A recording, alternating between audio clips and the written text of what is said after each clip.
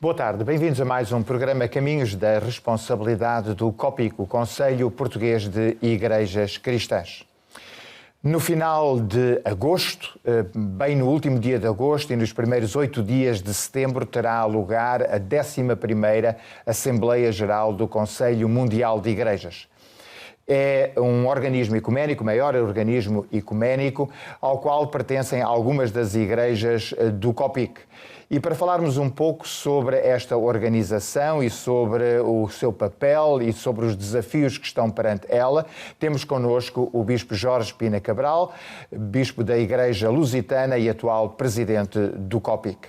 Começo por saudar o Bispo Jorge Pina Cabral, uma vez mais pela sua disponibilidade para estar connosco. Obrigado. E para nos falar de alguma coisa que eu creio que não é assim tão conhecida como isso.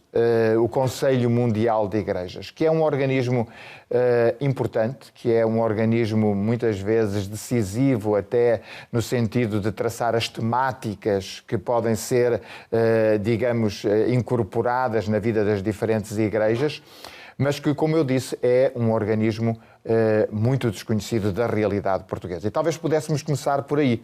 O que é o CMI, o que é o Conselho Mundial de Igrejas, como é que ele surgiu, para que é que ele serve? Bom, o Conselho Mundial de Igrejas é só o maior organismo religioso, dado que abrange 352 igrejas e mais de 500 milhões de cristãos em todo o mundo. E por isso é um organismo ecuménico que engloba em si as diferentes tradições cristãs. Portanto, é um organismo cristão, mas cujo propósito é a promoção do ecumenismo, ou seja, da unidade visível dos cristãos em todo o mundo. Portanto, estamos a falar de um organismo de escala mundial, que surge nos inícios do século XX, também chamado como o século do ecumenismo, e surge fundamentalmente fruto de movimentos missionários que, estando espalhados por todo o mundo, perceberam que era importante para as igrejas cristãs juntarem-se, unirem-se, para que esse testemunho nas diversas partes do mundo fosse um testemunho cada vez mais efetivo. E inicialmente para evitar que estivessem umas contra as outras, porque essa era um bocadinho a realidade também. O primeiro propósito foi esse, mas depois o Espírito de Deus foi superando e foi-lhes mostrando que aquilo que é de Deus tem que estar numa unidade. Claro que este caminho não tem sido fácil e o Conselho Mundial de Igrejas foi constituído antes da Segunda Guerra Mundial, mas a primeira Assembleia foi apenas após a Segunda Guerra Mundial. E o Conselho Mundial de Igrejas é marcado precisamente pelas suas assembleias, como disse muito bem, vão aceitando novos membros, então nós percebemos aqui um crescendo de igrejas que vão aderindo ao Conselho Mundial de Igrejas e também a definição de programas e de políticas para o próprio CMI. A sua história é riquíssima, é uma história que ao longo das décadas também marcou muito até o próprio caminhar do mundo, porque o Conselho Mundial de Igrejas tem tido programas ligados muitas vezes a situações de justiça e discriminação. Por exemplo, o Conselho Mundial de Igrejas teve um papel importantíssimo na luta contra o apartheid na África do Sul, denunciando aquilo que estava mal e denunciando inclusive a própria Igreja Holandesa da África do Sul, que era uma igreja que defendia o apartheid. E era membro do Conselho Mundial de Igrejas? Era membro do Conselho Mundial de Igrejas, mas depois ela própria saiu do Conselho Mundial de Igrejas, mas agora já reentrou no Conselho Mundial de Igrejas. Ou seja, a própria Igreja converteu-se. Isto é muito interessante. Nós achamos que a conversão tem a ver apenas com pessoas, mas tem a ver também com igrejas. E o papel do Conselho Mundial de Igrejas foi muito importante, reconhecido por figuras como Nelson Mandela, eu próprio, agora o falecido arcebispo Desmond Tutu. O Conselho Mundial de Igrejas teve também um papel muito importante na Europa, na aproximação, enquanto fórum, das igrejas do leste que viviam sob o domínio soviético ou comunista e as igrejas do Ocidente. E graças a programas conjuntos, mesmo durante a existência do muro, poderemos dizer assim, as igrejas mantiveram sempre contactos. E isso foi muito importante, porque permitiu que as igrejas no leste da Europa, em muitos países do leste, fossem fóruns de liberdade, fossem fóruns que contribuíram para o surgimento da democracia nesses próprios países. Por outro lado, também... E havia diversas iniciativas, se não me lembro, se não estou enganado, de intercâmbios para que as realidades o pastor Eduardo Conte teve nelas e eu próprio também tive nelas. Portanto, nós pertencemos a uma geração que foi formada ecumenicamente, porque teve o privilégio, por exemplo, de visitar a Europa comunista, Exatamente. quando isso até não era acessível, e também o privilégio de viajar pelo mundo, não é? Eu tive realmente a bênção de já ter estado em 3 assembleias do Conselho Mundial de Igrejas, que são em si fóruns extraordinários, de todos os pontos de vista, congregam milhares de pessoas e que se realizam alternadamente em diferentes continentes do mundo. Portanto, eu estive em África, no Zimbábue, depois estive também no Brasil e ultimamente estive também na Coreia do Sul. Ora, isso moldou-me também enquanto cristão, essa abertura e essa vivência que o Conselho Mundial de Igrejas também promoveu. Um aspecto particular desta organização, sendo um fórum que aglutina diferentes tradições, diferentes igrejas cristãs por todo o mundo, ele não é deliberativo. Não é, não é deliberativo. Ou seja, a sua política ela não se estende obrigatoriamente a todas as igrejas? Não. Portanto, as igrejas mantêm a sua independência, mantém a sua estrutura de decisão. Agora, naturalmente que os documentos, por exemplo, de natureza teológica, por isso é que o Conselho Mundial de Igrejas tem diversos departamentos, e um dos departamentos muito importante é o Fé e Ordem. Portanto, este departamento de Fé e Ordem tem produzido documentos teológicos de grande profundidade, que, por sua vez, depois também influenciam as próprias igrejas a nível local. Lembro-me, nomeadamente, de 2 documentos muito importantes. O primeiro, em 1982, Batismo, Eucaristia e Ministério, que foi um dos primeiros grandes documentos teológicos que o Conselho Mundial de Igrejas produziu, com o aporte das várias igrejas. Que era uma busca de consenso para esses sacramentos. Exatamente. E também para a própria questão do ministério. E foi possível aí desbravar muito caminho. De tal maneira, por exemplo, que ecumenicamente hoje nós temos o reconhecimento mútuo do batismo que é praticado em diversas igrejas. Por exemplo, em Portugal há 5 igrejas, a Igreja Lusitana, Metodista, Presbiteriana, Católica Romana e a Igreja Ortodoxa, reconhecem o batismo que é praticado em cada uma delas. Ora, isso foi possível graças a estes desenvolvimentos ecuménicos e de reflexão. Um outro documento também muito importante, e esse mais recente, foi também um outro documento, foi o documento para uma visão ecuménica da Igreja, em que se refletiu sobre a questão da eclesiologia da própria Igreja. Pronto. E esse documento, que já teve a resposta também da própria Igreja Católica Romana, sublinha aspectos que são muito importantes de serem vividos e aprofundados pelas igrejas, como que, por exemplo, o sacerdócio universal dos batizados, e sendo o batismo, por exemplo, o sacramento de onde deve surgir também os ministérios na Igreja. Isto é um desenvolvimento muito importante também. Ou seja, para dizer que o Conselho Mundial de Igrejas tem uma influência muito grande, e também outro aspecto, por exemplo, muito interessante, que foi uma mudança na sua própria estrutura interna, porque até ao final do século XX, o Conselho Mundial de Igrejas assentava o seu modo de deliberar num método parlamentar, ou seja, uma igreja, um voto. Acontecia que o mundo ortodoxo, com a sua tradição e modo de pensar a igreja e de pensar a vida também, se sentiu diminuído, ou seja, estava em minoria. E o próprio Conselho teve a sensibilidade de criar um outro modo de deliberar nos seus plenários, que é o chamado modo do consenso. Ou seja, em que se procura que haja um consenso mínimo em certas matérias para se poder dizer esta é uma política do Conselho Mundial de Igrejas. Quando esse consenso não é obtido, então, digamos... Há estudo ainda para ser feito. Há estudo para ser feito.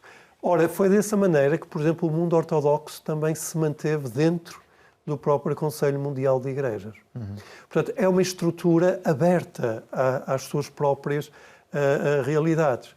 O assunto das mudanças climáticas é também um assunto muito importante para o Conselho Mundial de Igrejas. É, e tem sido, e aí foi também pioneiro. O Conselho Mundial de Igrejas, na sua Assembleia de 1980 em Vancouver, teve um tema que só por si era já um tema de grande visão: justiça, paz e integridade da criação. Ou seja, ligou em 1980 as questões ligadas à justiça e à paz às questões do clima.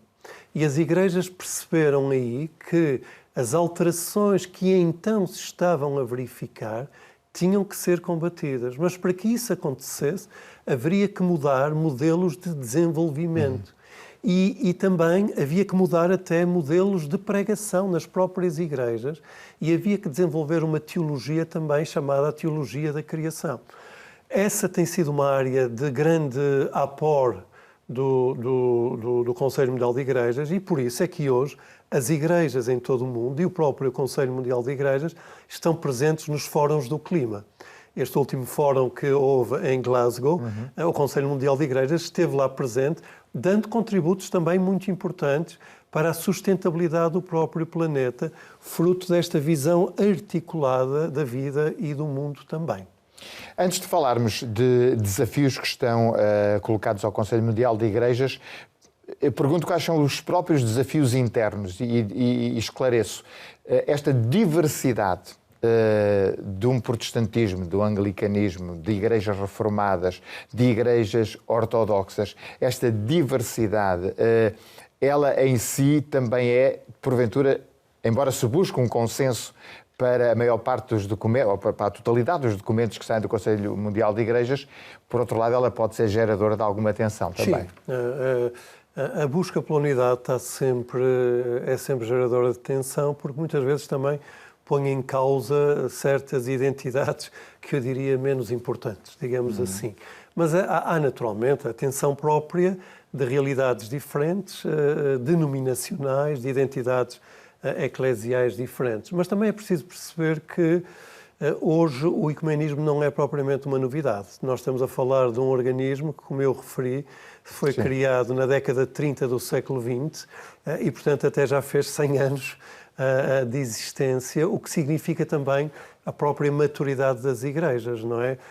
Em Portugal, as igrejas que pertencem ao Conselho Mundial de Igrejas e que estão representadas no COPIC, elas próprias hoje também já têm uma maturidade de vivência ecuménica que lhes permite perceber o que é essencial daquilo que não é também essencial.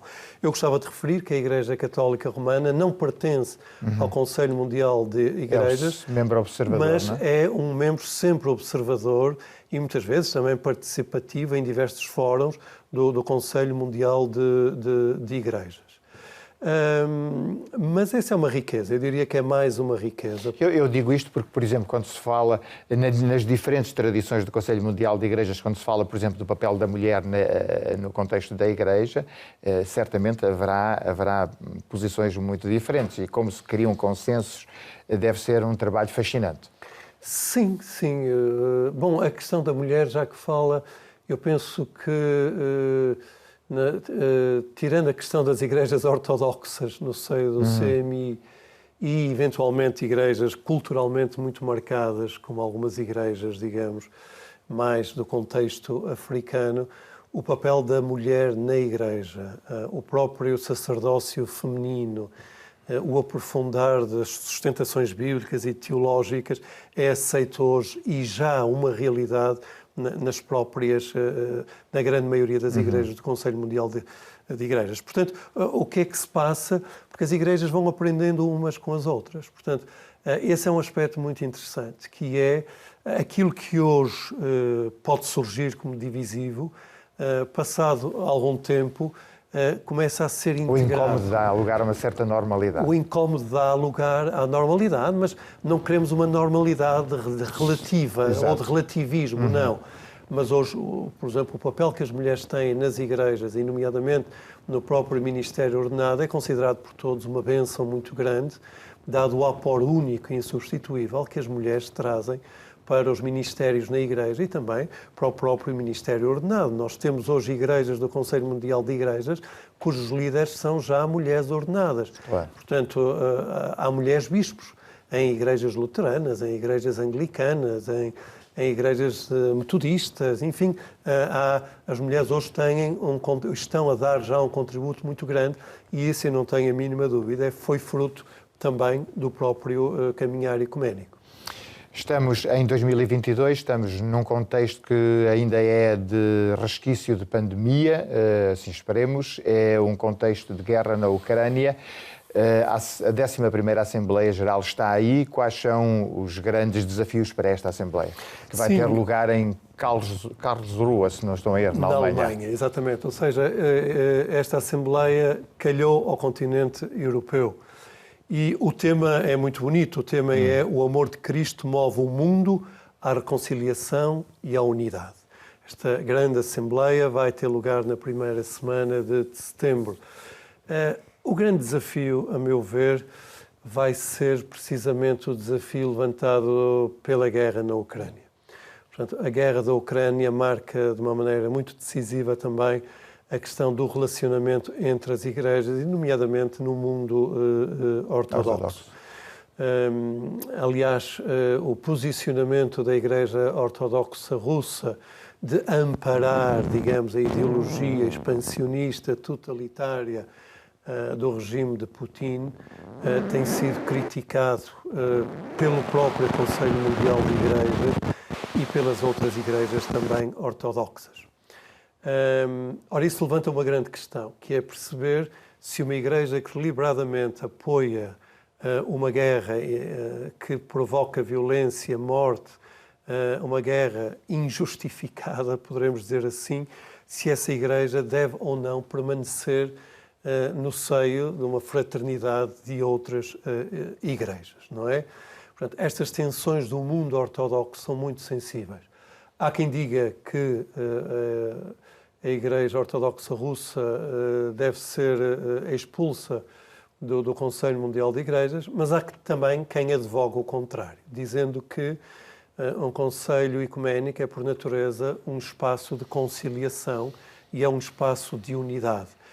E expulsar uma qualquer igreja é talvez condená-la ainda a uma radicalização ainda maior e cortar também as pontes de reconciliação e de unidade que ainda existem também.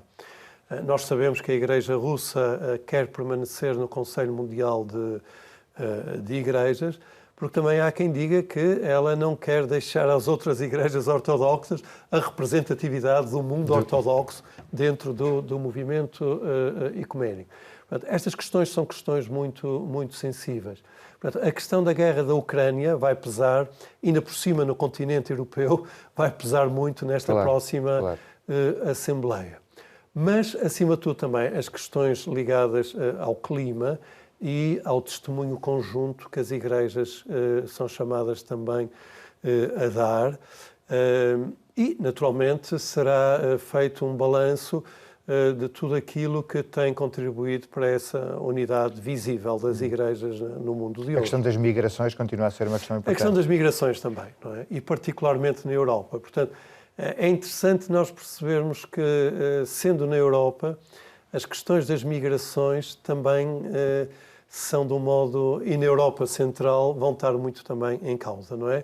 E porquê? Porque nós hoje temos as igrejas na linha da frente do acolhimento dos refugiados, temos as igrejas na linha da frente na criação de estruturas de integração dos próprios refugiados e também temos uma circunstância, é que este fluxo de refugiados também reconfigura o próprio panorama eclesial na própria Europa e não só e no mundo. E muitas dessas igrejas vivem em contextos de países que têm uma política anti-imigração. Anti-imigração. Portanto, o acolher os refugiados e a opção pelos mais vulneráveis é também uma opção política. Não tínhamos dúvidas. no modo como as igrejas optam pelo acolhimento e inclusividade dos refugiados, no modo como as igrejas denunciam situações que estão a ocorrer, as igrejas estão a ter também podemos dizer, um posicionamento político que nós, no mundo eclesial, chamamos de posicionamento profético, não é? Mas também nunca nos esqueçamos que os grandes profetas do Antigo Testamento eram aqueles que levantavam as suas vozes, muitas vezes, aos próprios reis e governantes, aos detentores também do poder político, e denunciavam aquilo que está mal. Não ficaram na história, certamente, por terem a maioria do seu lado. Não. E muitas vezes ficaram na história porque morreram mártires e não foram compreendidos também. Claro. Eu diria também, um grande desafio que se coloca às igrejas, particularmente também na Europa, é desta relação com um mundo secularizado e também um mundo, uma realidade de um grande laicismo, não é? Onde a religião, nomeadamente no contexto europeu, muitos desejam que a religião seja colocada apenas numa esfera individual ou privada, não percebendo com isso que a religião é algo destruturante para a própria sociedade e que as diferenças religiosas, por exemplo, que se verificam hoje em Portugal. Portugal hoje é uma sociedade, do ponto de vista religioso, de uma grande riqueza, porque já tem dentro de si comunidades que vivem a sua religiosidade e a riqueza dessas tradições. Tal como é também hoje, o panorama eclesial é também um panorama hoje, por exemplo, que integra o mundo ortodoxo. Hoje nós temos igrejas ortodoxas dos mais variados ramos da ortodoxia em Portugal. Nós temos igrejas ligadas à Igreja Russa, temos igrejas ligadas ao Patriarcado de Constantinopla, igrejas ligadas também à Igreja da Grécia. Ora, todas essas realidades fazem parte hoje da nossa própria sociedade. E saber lidar com isto, e graças a Deus Portugal tem tido políticas e aberturas para a integração do religioso na vida pública, saber lidar com estas religiões e com esta diversidade é também algo de muito importante. Por isso, são desafios interessantes, aqueles que se colocam hoje ao Conselho Mundial de Igrejas, mas eu acho, e como referiu também a questão da pandemia, eu acho que a grande lição que a pandemia nos trouxe foi a lição da nossa comum vulnerabilidade e da nossa comum humanidade. E, ao mesmo tempo, também da necessidade que temos uns dos outros e da necessidade de estarmos unidos. Não só as igrejas entre si, mas as igrejas também com todos os homens e mulheres de boa vontade. Em 30, 45 segundos, aflorou isso rapidamente, a sua experiência nessas três Assembleias Gerais do passado. Olha, nós somos as experiências que vivemos e, por isso, foram vivências muito ricas, que mudaram as minhas visões, que ampliaram o meu entendimento, que me tornaram mais sensível para a riqueza também das outras igrejas e que, acima de tudo, percebi que o reino de Deus é um reino imenso, de pluralidade, de tradições, de riquezas muito grandes. E, por isso, eu recomendo a todos que vivenciem o mais possível experiências que nos abram os horizontes, claro, não só religiosos, como também humanos. Bom, sabemos que vai lá estar, sabemos que outras pessoas... Não, eu não irei lá estar. Não irá estar. Não, irá estar um representante da Igreja Lusitana. Da Igreja Lusitana, mas algumas pessoas do Pico vão lá estar e certamente vão trazer para nós novidades e nós certamente dos assuntos e da importância desses assuntos iremos falar certamente no futuro. Obrigado, Bispo Jorge, pela sua presença. Obrigado eu. O nosso programa chegou ao fim, espero que tenham gostado. Nós voltaremos a estar convosco em breve e até lá, como sempre, fiquem bem, fiquem com Deus.